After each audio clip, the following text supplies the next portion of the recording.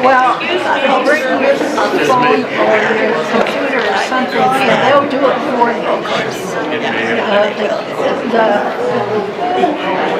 The treasurer and the president, they all know how to do it. So bring it out, and then they'll just do it for you. That's at least one thing I can do. Okay, I think we got most people seated, so I'm going to dive in here.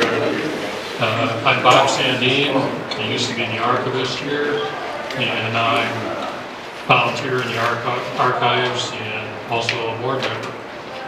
And we're going to talk about maps today, or at least I'm going to talk, but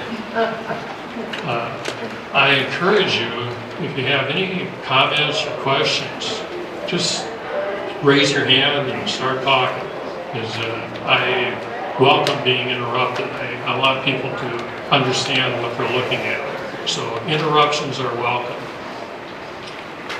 I'm going to start out by showing you this map that was created by a man named Paul Durant. He lived in Faribault. He spent many years talking to members of the Dakota Indian community and gathering information about the places that they knew before settlers and explorers came to this part of Minnesota. He created a large map, but we have a huge version of this in the back room. At least I think it's still in the back room. And each designation that you see on the map has a story behind it. Paul put together a book, which we have in the archives, and you're all welcome to stop down and peruse the book anytime. And it tells you what each of these names represents. And you can see the Minnesota River coming down here. This would be Mankato. And if you keep going, you can see, I saw,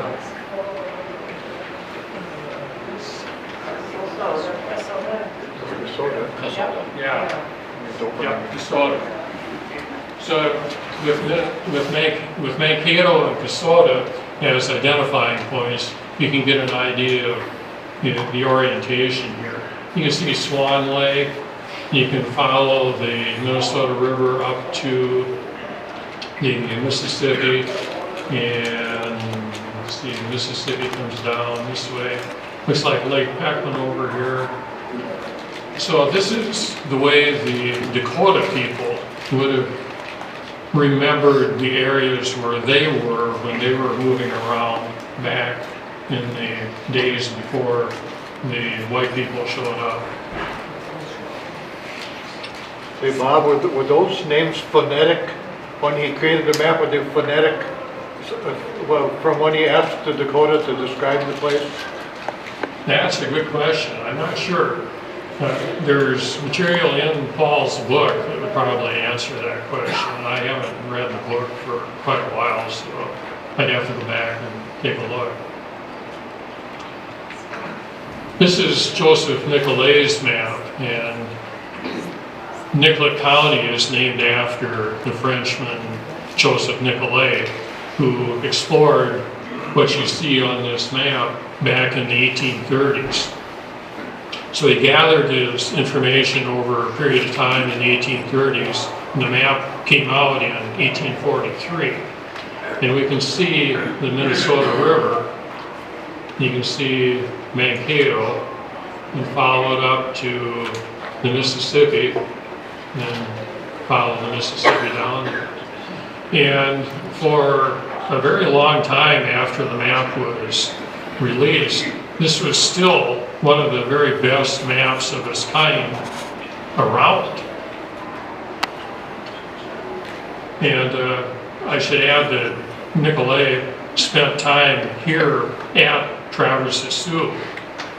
He wrote a book, which we've got in the archive, and you can read about his adventures going across Nicolet County and the time that he spent here at Traverse des Sioux. Now, out of everything that I'm going to show you, this is some of the stuff that I really enjoyed. I scrolled past the title of this little booklet. It's Minnesota Under 4 Flags. And it's a real simple concept, a small book, but it's really a lot of fun. It's just a set of maps, and then on the opposite page from the map, there's a small amount of text. But I'm not going to show you the text. I'm just going to let you read the maps. You can see on each map an outline of the present shape of Minnesota. Well, back in the time period you see on the screen, 1671 to 1763, all of Minnesota was part of France, or at least was owned by France. Things changed. France disappeared. Now you've got the Spanish in our part of Minnesota. We'd be about here. And the Spanish occupied the area 1762 to 1800. But in northern Minnesota, it was the English, 1763 to 1783. So if you were somebody that had an age comparable to Methuselah, you could have been living under French rule, then you would have switched to Spanish rule, and we'll just keep going. The Spanish still had our part of the area. The English section is smaller. You can see part of the land was part of Virginia Territory, state of Virginia, for the years 1609 to 1784. Then it was part of the United States, but unorganized, 1784 to 1787. Then if you remember your history lessons in school about studying the Northwest Territory, some portion of what became the state of Minnesota, this part in here, was part of the Northwest Territory, 1787 to 1800.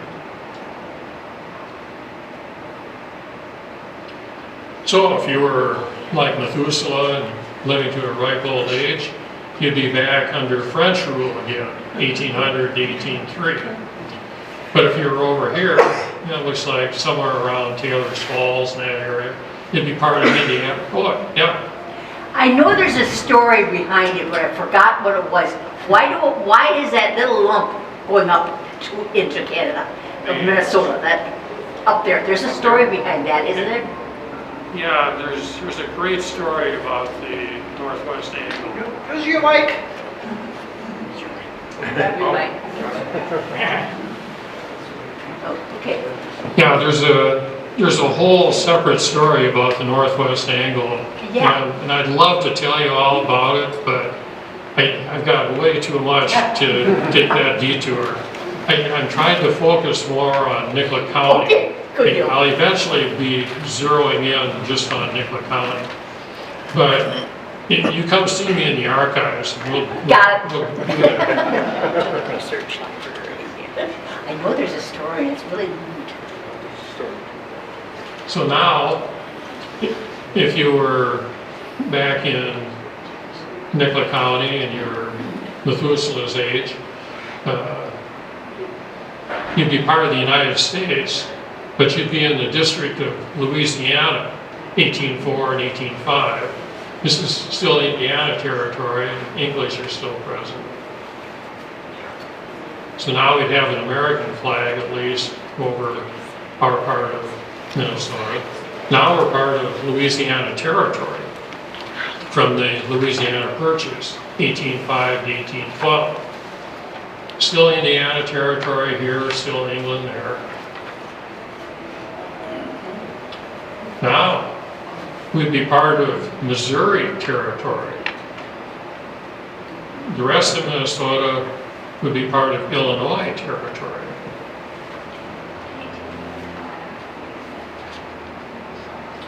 Missouri Territory for us, Michigan Territory for the rest of the state. Change. Then all of a sudden we became unorganized. You know, it's federal government, what can I say? And I don't know what kind of flag you'd fly if you're unorganized, but I guess you get to choose pretty much whatever you want. So we went 1821 to 1834 being unorganized here. Then we became part of Michigan Territory.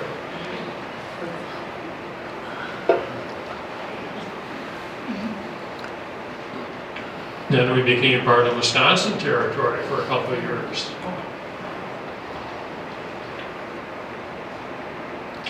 Then we were part of Iowa Territory. For all of those of you that love Iowa, we were part of Iowa.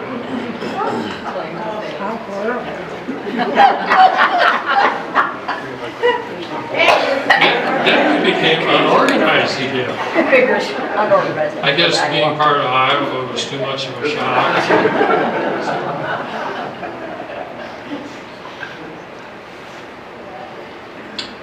Then we had our own territory, and you'll notice that the black, as you see here, the borders, all of what you see in black was part of Minnesota Territory. So you're going out to the Missouri River. And this is important because when it became clear that Minnesota was going to become a state, by about 1857, people suspected that, you know, there's a good chance we could probably convince the federal government that we could become a state. And to do that, you had to meet certain requirements. You had to have a certain population showing that you're big enough to be a state, and there are all kinds of things. But we did know back then that the shape of the state was still in doubt. And I'll show you in a couple upcoming maps what I'm talking about the shape. But it's important to remember that the territory boundaries went out to the Missouri River. Well, then finally in 1858 we became a state with the shape that we have today. So we had quite a variety of flags that you could fly here where we're seated or standing. Each of the individual state flags besides the flags of various countries. Now this is a map you can see here 1849 to 1851 of Minnesota Territory.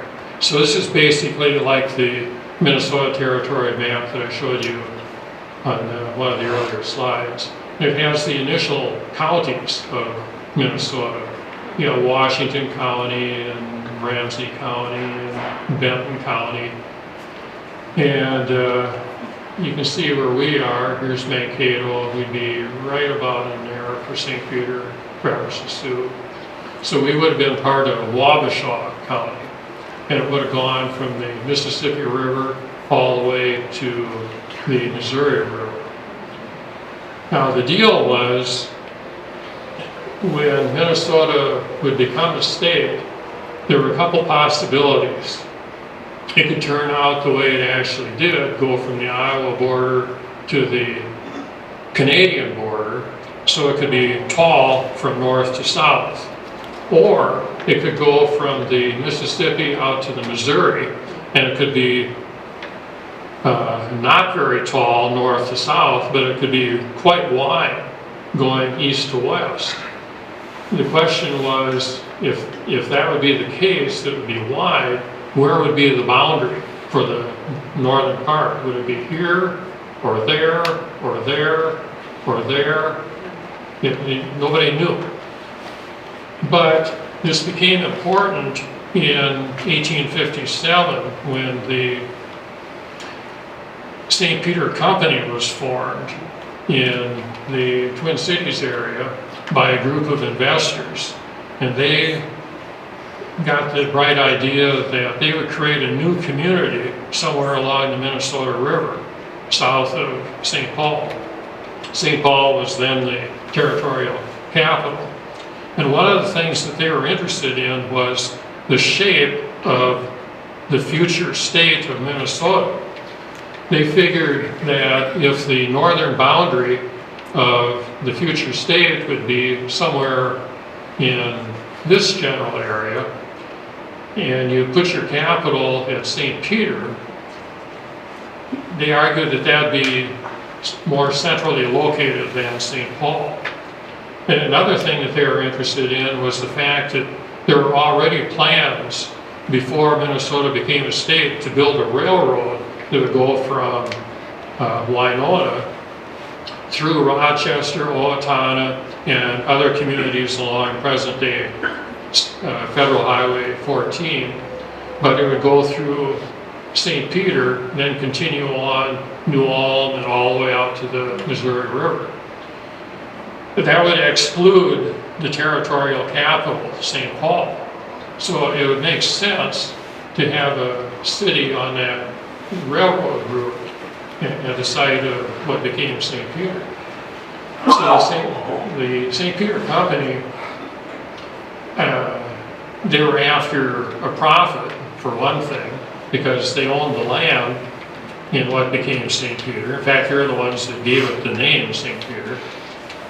So they figured if they could get the capital down here, they could make a fortune selling the land that they had bought, because everybody wants to live in the state capital. But they'd also be along the railroad. So they had a good argument.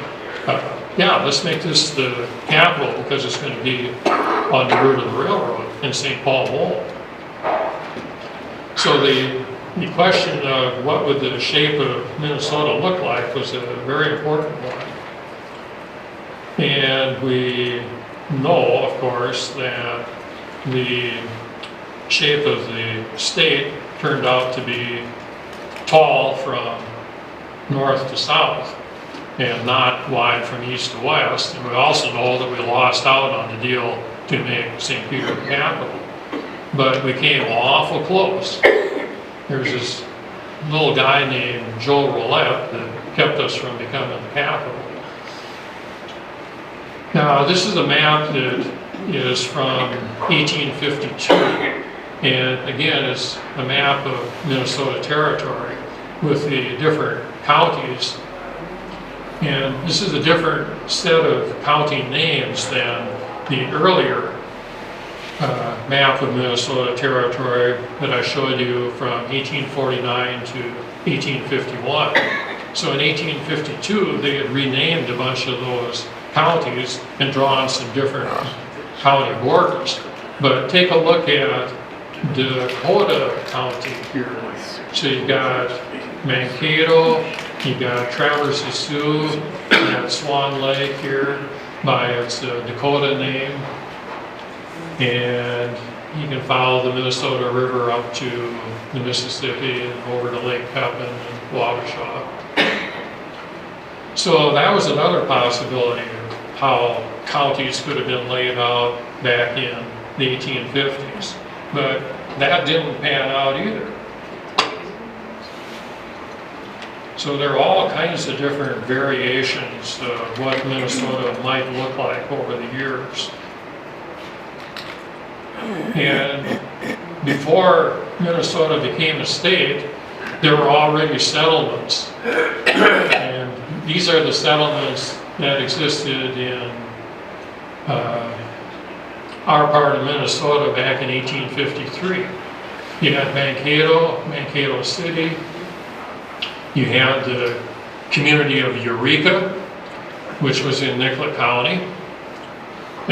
I think probably most of you know where the community of Judson is in Blue Earth County. If you were in Judson and you took a running jump and managed to jump across the Minnesota River, you'd land in Eureka. You can see Swan Lake is on here. You've got Rock Bend. Rock Bend is the original name of St. Peter. When William Dodd and two brothers, the Ames brothers, purchased land in 1853. They created a community that they named Rock Bend. And in 1854, the St. Peter Company bought out the land and changed the name to St. Peter. But we still have our annual music festival, the Rock Bend Festival. Well, that's why we call it the Rock Bend Festival. Some people live on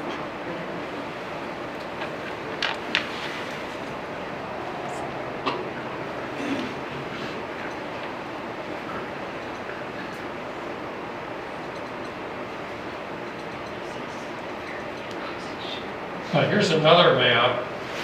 Again, it's Minnesota Territory. It's from 1854.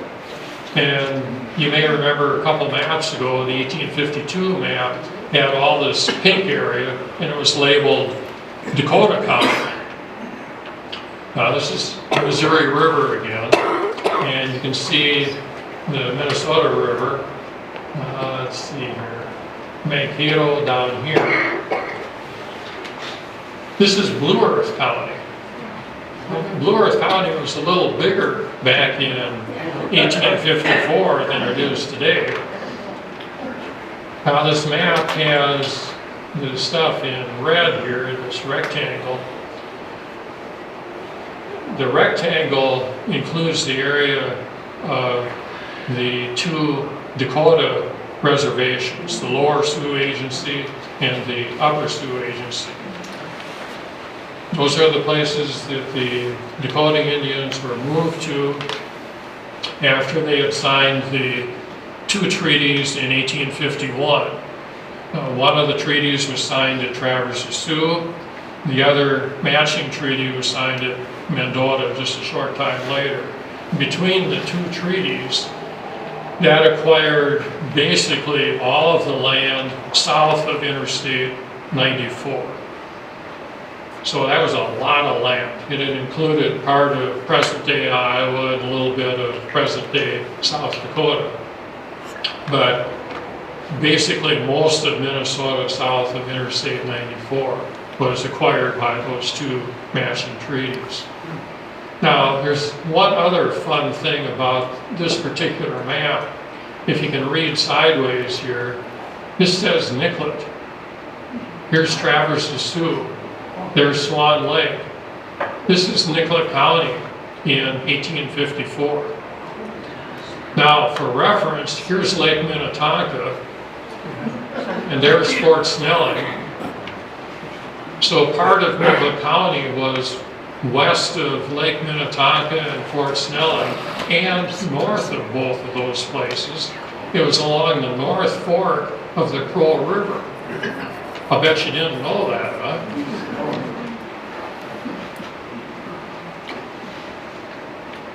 So that's what might have been with Nicollet County. Now I mentioned when St. Peter, well, what became St. Peter was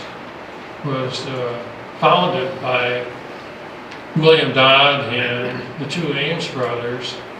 They named their community Rock Bend. And this is a map of Rock Bend, the way it looked. And you can tell by the river about where things are. Broadway would be right about in this area. This would be about where the Broadway Bridge is right now.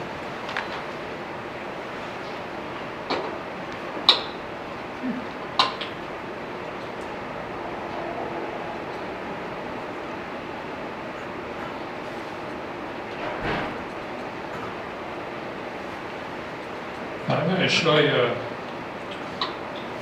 this. This is one of the many ghost towns that existed in Nicollet County. I don't know if anything ever got built there, but the map existed.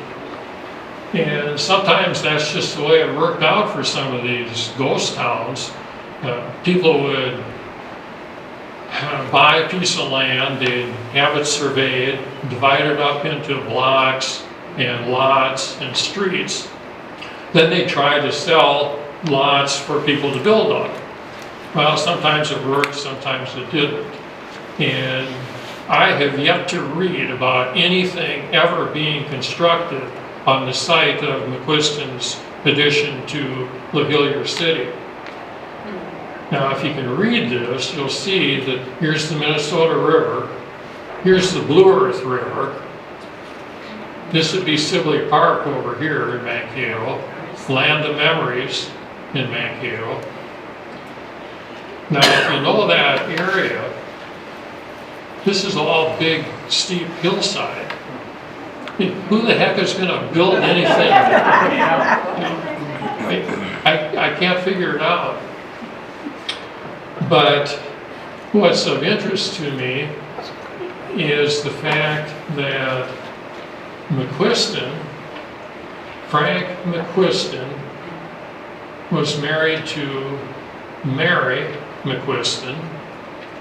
Mary McQuiston was originally Mary Haslip, my great-grandfather's sister. And they didn't hang around in Minnesota very long after this. So I don't know if this was a scam that they were pulling. Decided, we sold all our lots, we didn't build anything, nobody built, we're just taking the money and run. I have no idea. I don't know if they ever made a nickel on this. But, I'm stuck with it. It's part of my family tree. So. Question. Yeah. When was that map printed? That was 1857. And I should tell you that 1857 was a year of a national economic collapse. And it got so bad that people were hoarding silver coins and gold coins, and hardly anybody was wealthy enough to have any kind of paper money. And a lot of the paper money was dangerous to have anyway, because they were issued by banks that frequently went under. So you took your chances if you owned paper money. There wasn't any federal paper money back in that time. So in 1857, because money wasn't circulating, people were reduced to barter, which made it really hard to go out and buy a lot and then buy lumber and build something on a lot, or start a business, buy an inventory to fill a store that you managed to build. So it's no wonder that a lot of these towns like McQuiston's Addition and Eureka and some of the others that we'll see coming up here disappeared. The economy just kind of did in a lot of these places. Well, these are some of the other Nicollet County ghost towns. McQuiston's Addition would have been down here. Well, you can see I mentioned Eureka. So the town of Judson in Blue Earth County would be here. And just a couple miles east of Eureka was Dakota City. A number of years ago, I went with Bob Douglas, the geography professor from Gustavus, and Edie Thorstensen. And we went out to look at that site, and there's still the shell of a building there. And we have a map of Dakota City, but I'm not going to show you all the individual maps of each of these ghost towns, but we do have maps for Dakota City, Union City, Swan City, Redstone City, Washington, and there's another one called Wahiota that's not on this map either, but it was somewhere close to Washington. Some of these we can't even figure out where the heck they were located. There's nothing on the map that tells you where it was in relation to anything else. All we know is that Wahioka was somewhere along the Minnesota River, apparently close to Traverse des Sioux. There's another map that I can show you here. This is a map of the original community of Nicollet. And this map is from 1857. Now, this original settlement of the community of Nicollet is a couple of miles southwest of the current community of Nicollet. If you're looking at a map of Nicollet Township, this is in section 17. So you got to go a little bit to the northeast from this to get to the current community. One of the reasons that there's a change in location of the community is because the railroad indicated where it would be building track in the 1870s. And it was realized with people living here that they were not going to be along the route of the Winona and St. Peter Railroad. The railroad would be going a couple miles north of them. So they figured, hey, we want to be along the railroad. So they left. And now you got a cemetery still there, but other than that, there's really nothing to see there. So the route of the railroad was important in a lot of instances. Now this is a map taken from a book called Old Traverse the Sioux by the Mankato historian Thomas Hughes. And it's the way the community of Traverse the Sioux, which is where we're at right now, used to look. And here's another version of it. This map was drawn by H.W. Daniels, who was the county surveyor at one point.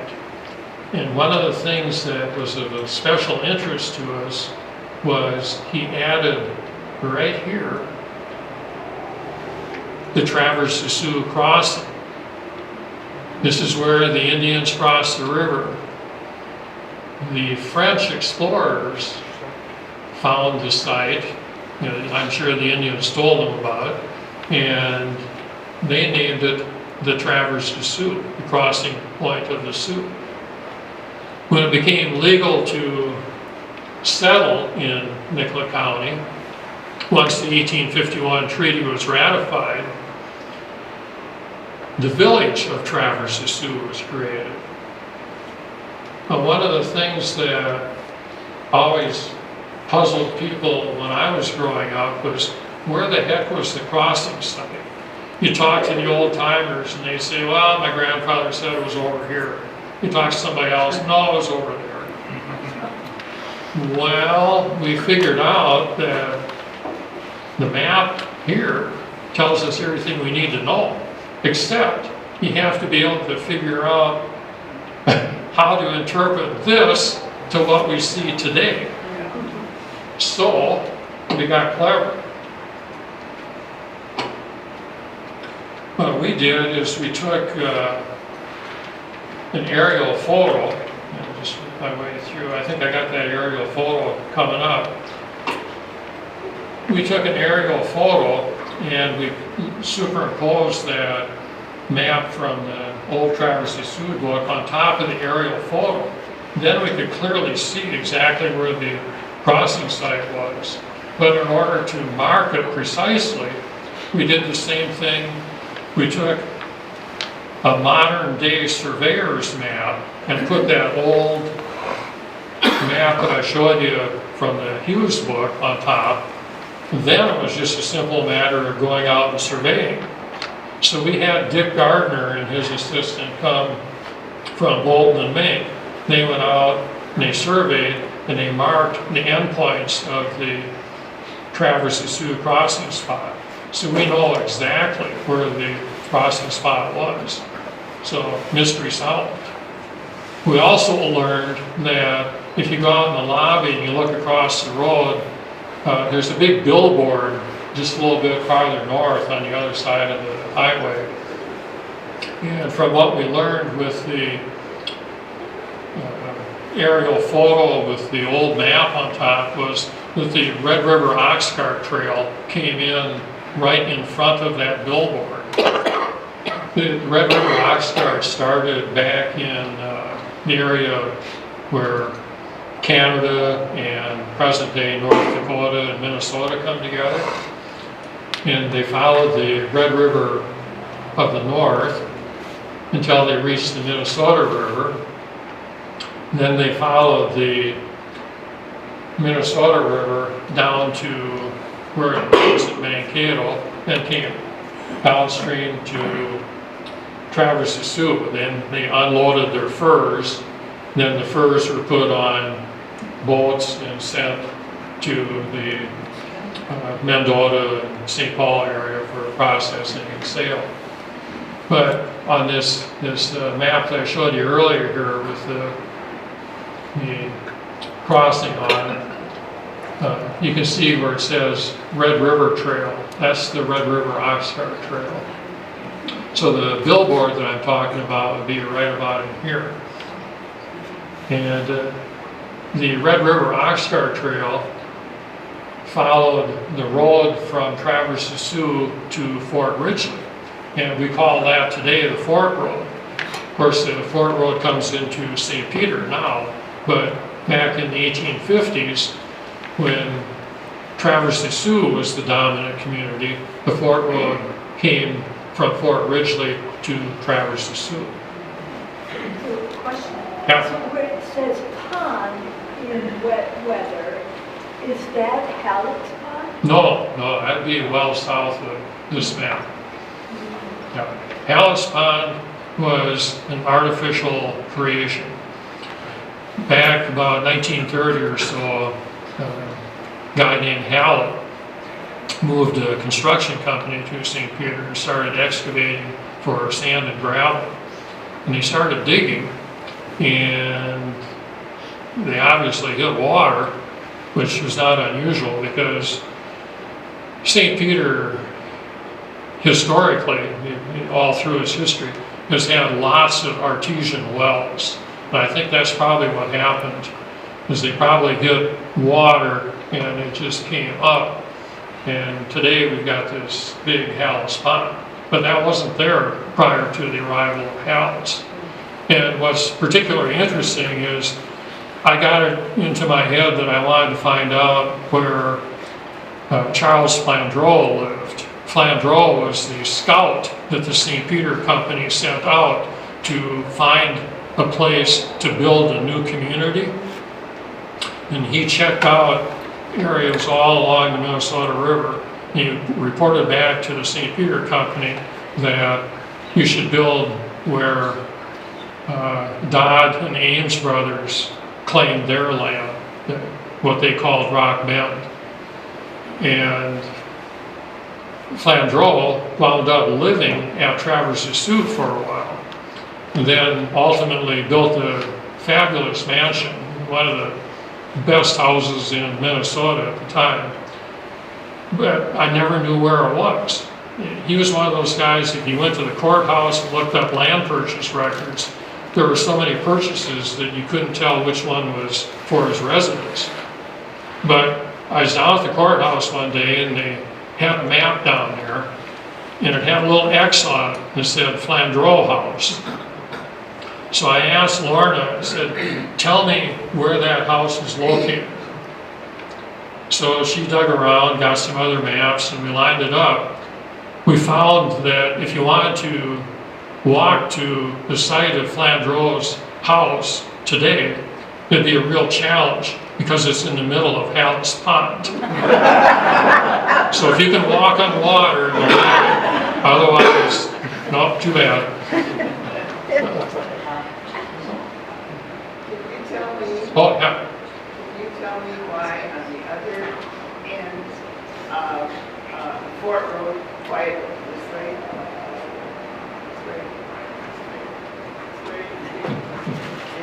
You know, every mile and a half or so, it just keeps going like that all the way to the fort. Yeah, usually, The fort. usually roads had all these strange twists and turns because there was some natural obstacle. They tried to follow the path of least resistance because road building back in the 1850s if you read the old newspapers, about road construction and what the results were of the road construction, you'll find innumerable accounts that say, well, the roads are impassable again. You know, heavy rains would take out the roads. All kinds of things would just ruin the roads. So I suspect that all these twists and turns are probably because that kept them from having to excavate through a hillside or through a slough or a marsh. I can tell you, if you look at a map of Nicollet County from 1854, for example, and you notice how much water was present back then, and compare it with a map 100 years later, but we used to have an exhibit that did exactly that. The amount of water that disappeared between 1854 and 1954 was pretty amazing, because they drained and tiled like crazy all over the county, especially out in that western part of the county. So that might be part of the reason.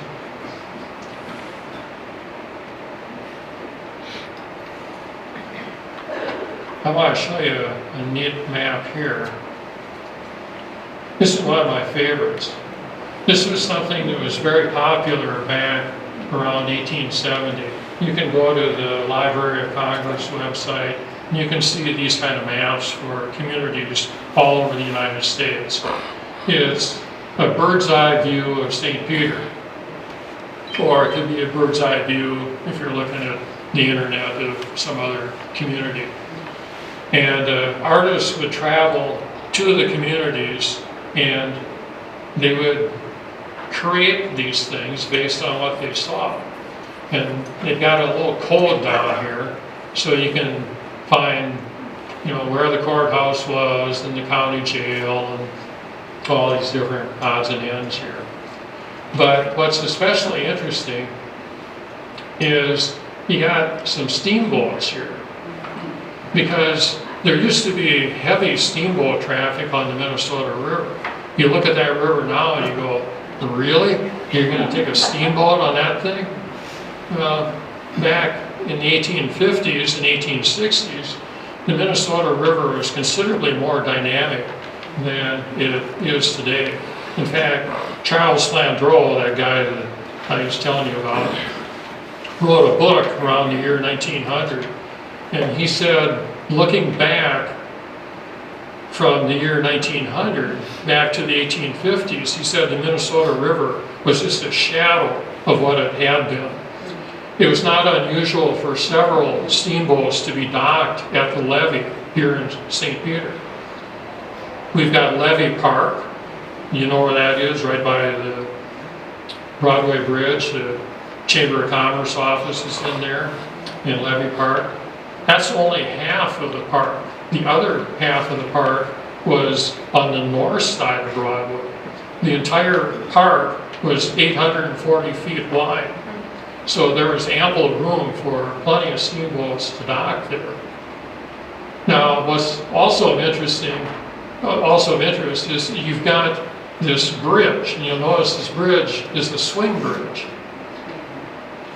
This is an illustration of the first of the three bridges to occupy this same site.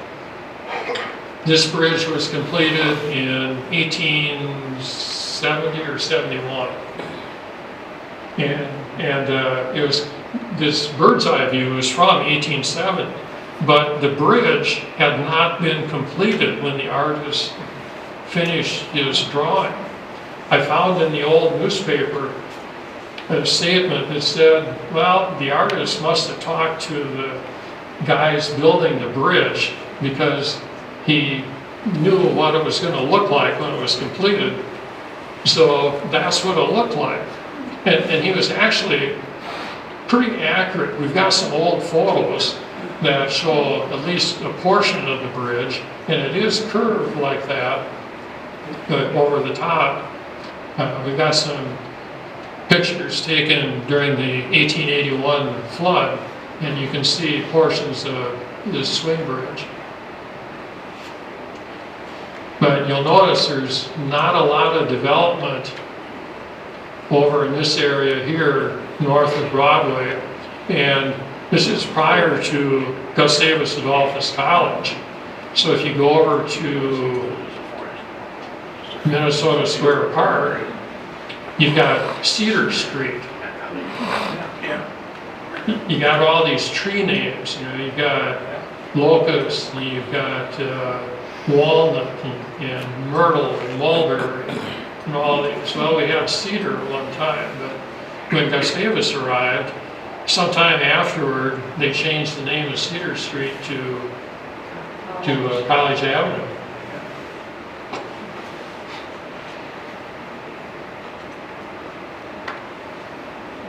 Okay, now we don't own this map except in digital form. This is St. Peter as they thought it would be in 1857. And for reference, you've got Broadway, and then you've got this crooked business here. And this is crooked because the way the federal land system is laid out, we have what are called townships and ranges. And you take township 110 and range 26, for example. That's a 6 mile by 6 mile square that includes St. Peter, Traverse des Sioux, and some of the surrounding countryside. And that was divided up into 36 1 square mile sections. And in each of those 6 mile by 6 mile townships, section number 16 was designated as a school section. And this is what you're looking at here. This is part of the border of the school section. And that lines up with north and going west this way. So you can see that the streets in St. Peter aren't lined up true north or true east-west. They're at a cockeyed angle. And you've got Gorman Park over here. So you go from Broadway to Park Road and Nassau to Grace. You got Gorman Park. So that looks good. You got Minnesota Square Park. You've got Minnesota Avenue here. And you got Front Street. And we all know Front Street. You don't go any farther east. But back in 1857, you could go east to Market Street, River Street, Dodd Street, and whatever street this is supposed to be. Might be a name somewhere else here. And you could also go on the east side of the river. So you got East River Street and East Dodd Street. Then you got your side streets too that were on the east side of the river. And before they built the swing bridge, they had a ferry there. But you can see, even in 1857, they had the steamboat traffic. And here's the full levee here, 840 feet from there to there.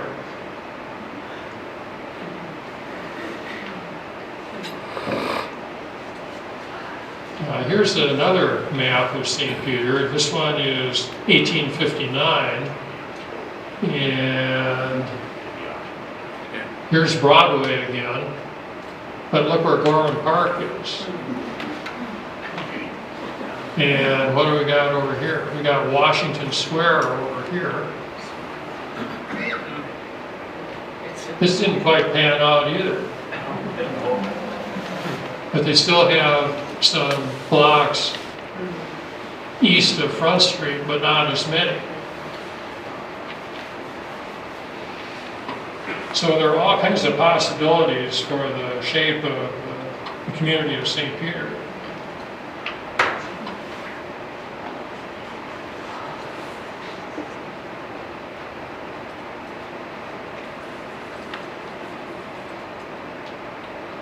Now this is a favorite of mine here. This is a page from the Andreas Atlas of Minnesota, which is a fabulous thing. You can see it on all kinds of different websites like Minnesota Digital Library or the Library of Congress. And you can see where I get my 840 feet wide number for the levee at Broadway. 5. Jessica's giving me directions here. Basically, it's shut up pretty quick here. I didn't say that. I know. That's too easy, I can pass that up. Now, there's a story that we're working on now, and I should tell you, if you listen to Minnesota Public Radio on April 18th at noon, or you go to their website and listen to it anytime after that. I was interviewed Friday by NPR, and it's going to be about this attempt to move the Capitol to St. Peter in 1857. And one of the things that we were talking about during the interview was where were they going to build the Capitol building? Well, one of the early archivists at the Historical Society was Josie Stone, and she ruled out several places. She ruled out Minnesota Square Park, and she ruled out what was the first building of the St. Peter State Hospital, right here on the corner of Walnut and 3rd Street. A lot of people thought that that's where they were going to put the Capitol. And Family Fresh is right here at this location, so it's right behind Family Fresh. And Josie also ruled out the Johnson and Company building site. If I can get things straight here. There, right there. So MGM Liquors here, Taco John, and Johnson and Company. Back in 1857, the St. Peter Company constructed a building that they thought would be used for the upcoming statehood convention. And also it could be used as the temporary Capitol building. Well, we didn't get the statehood convention, we didn't get the state capitol, so the St. Peter Company was stuck with it, and they made arrangements for the county to use it as the courthouse. So it stayed as the courthouse until they built the current one starting in 1880 and finished in 1881. So where were they going to build the permanent Capitol building had St. Peter become the capital? And Josie Stone wrote in a little booklet that an attorney named James Hines had sent a letter indicating that the requirements would be that the Capitol had to be in the center of the school section. You remember I was talking about the school section, section 16? Well, the school section is 1 square mile, and basically north of Broadway and west of Minnesota Avenue. Here's the fun part. Here's the center of the school section. This is North 5th Street. This is Union Street. This is the fairgrounds. Notice anything interesting here? That's with an O. When you spell capital with an O on the end, you're talking about a building. You're not saying St. Paul is the capital or St. Peter is the capital. You're talking about a building. I think that's where they intended to build the Capitol, somewhere along Capitol Street. I can't prove it. I haven't found any documents anywhere after decades of looking that tell me where they intended to build, but it meets all the requirements. One of the other requirements is that it had to be between St. Peter and Traverse Sioux. Well, most people think that they border each other. St. Peter and Traverse des Sioux are side by side. Well, the school section is in the way, at least it used to be. But if the Capitol would have been built along that street, it would have been between St. Peter and Traverse des Sioux. It would have been awfully close to the center of the school section. It meets the other requirements that go along with it as well. So that is my best guess on where the Capitol might be. Well, Jessica told me I gotta hustle along here. So what I'm gonna do is I'm gonna show you some nifty maps real quick. One of the great treasures we have is a batch of maps that show rural land ownership. The earliest map we've got like that is from 1885. We use these things constantly. People come working on their genealogy and they want to know where their ancestors' farm was. Well, we can show them. In this particular map, I picked Brighton Township, and you can see the landowners. The squares here are the locations of the houses, so you can tell where the houses were. And it has the school district numbers, and there's a little symbol usually for the school. And some of these maps have the churches and cemeteries. But I also wanted to show you that we've got some maps that are not St. Peter or Traverse des Sioux. Here's an 1899 map of Klossner.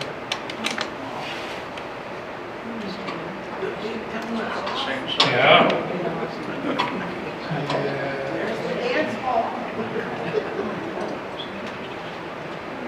Here's 1899 map of the current site of the community of Nicollet, not the 1857 site of Nicollet. So Nicollet wasn't very big in 1899, but you can see it's along the railroad, which is what they wanted. Here's Lafayette in 1899. That wasn't very big either. But the railroad came through Lafayette, and that was very important. They had a bunch of grain elevators at Lafayette. Here's Cortland in 1899.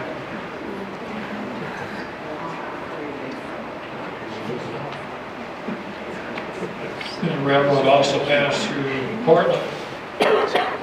And I got a couple maps. There's 2 pages in the 1899 atlas that show North Mankato.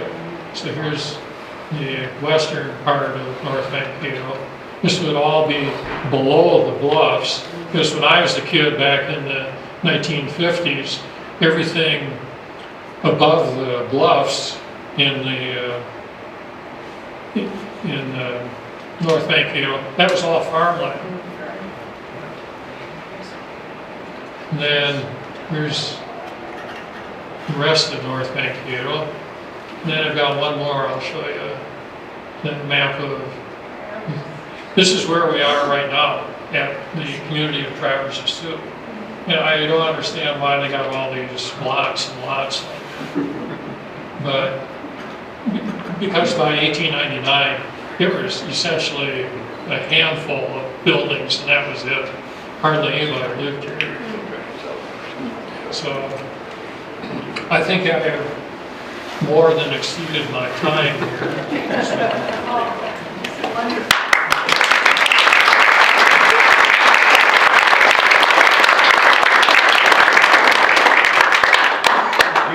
Do you know when they stopped hanging Joe Roulette and effigy in St. Peter? I remember my mother talking about it like she probably had actually been a witness to it. She would have been a teenager in the 1920s. Yeah, we've got a photo of the hanging. Yeah, and I remember in one of the old St. Peter Heralds. I thought I thought it might have been my imagination that I might have actually seen a photo, but if you say there was one, yeah, I'm pretty sure we got one. it might might have been printed during the 1950s. But I'm old and senile, I may be wrong. So. But it may have been printed like in 1958 during the centennial, printing an old photo of that or something that I might have remembered. But, Yeah, I'm reasonably sure we got a photo of that. It's lodged in my memory, correctly or incorrectly. But yeah, Capitol Days ran for several years, starting in the 1960s. So anyway, the interview was on NPR, April 18th at noon. And every third Thursday, History Chat, you can come and have this kind of conversation. Yeah, Marlon's here, and I'm here. bring questions that you might have for a mystery hangout. You know, if you History have, hangouts. if you're wondering about anything yourself, So, because that means. so that's what I've got. Yeah.